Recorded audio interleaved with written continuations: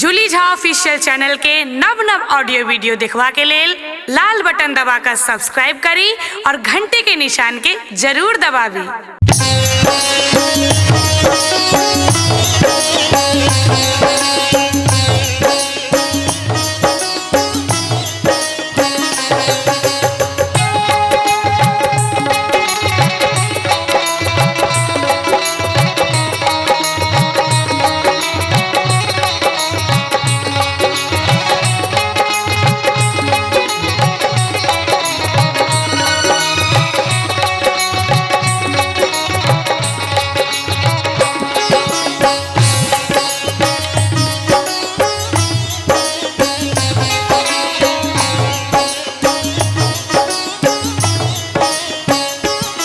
घर में दियरा बारिये लम्हे जग तारन घर में दियरा बारिये लम्हे जग तंबा घर में दियरा बारिये लोहे हम बारिये लोहे हम बारिये लोहे जगदम्बा घर में दियरा बारिये लम्हे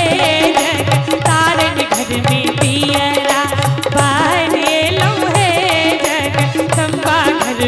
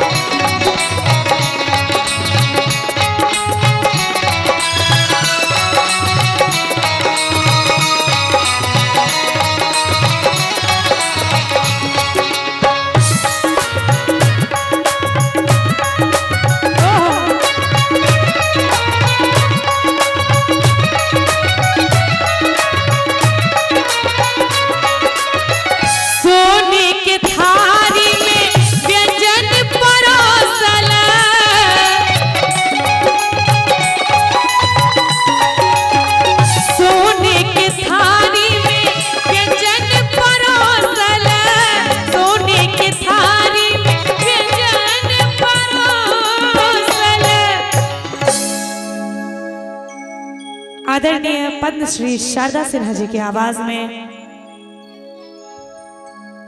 ये अनमोल गीत सोने की थारी में व्यंजन परोसल मैया के भोग लगा एलो है हम मैया के भोग लगा एलो है कनी झमका का जगदम्बा घर में दियरा एलो है तारन घर में दियरा